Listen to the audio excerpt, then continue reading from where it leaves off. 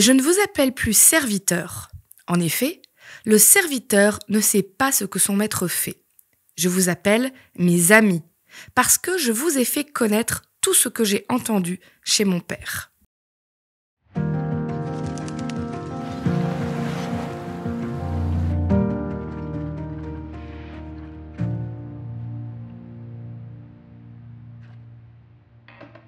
Quand j'étais petite, j'avais un super pote. Il s'appelait Genji. Et franchement, je faisais tellement de choses avec lui. Tout le monde en entendait parler tout le temps. À la maison, ils en entendaient parler. À l'école, dans le quartier, à l'église, partout. Ils ont mis plus d'1 an à se rendre compte que, en fait, Genji était un ami imaginaire.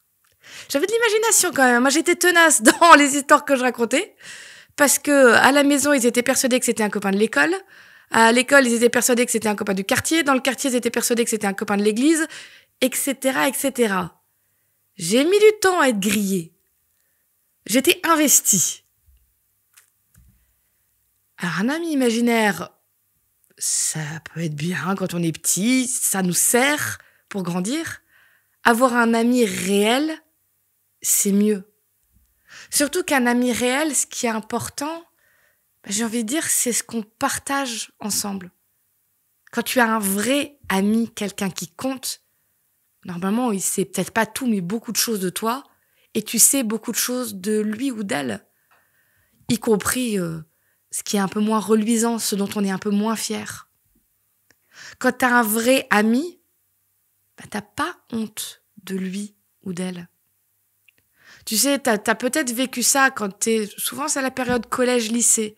T'as des gens qui se disent tes amis, mais enfin vous êtes amis que quand vous êtes tout seul.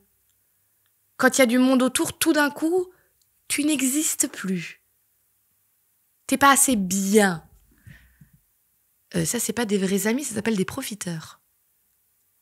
Et ce que je trouve fou, c'est que Jésus, lui, il dit t'es pas mon serviteur, t'es pas une personne de circonstance, je t'appelle devant tout le monde mon ami.